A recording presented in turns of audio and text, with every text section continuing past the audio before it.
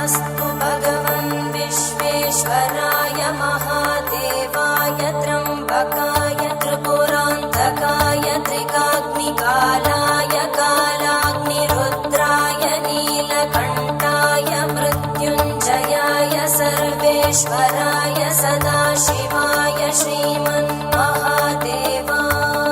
नमः।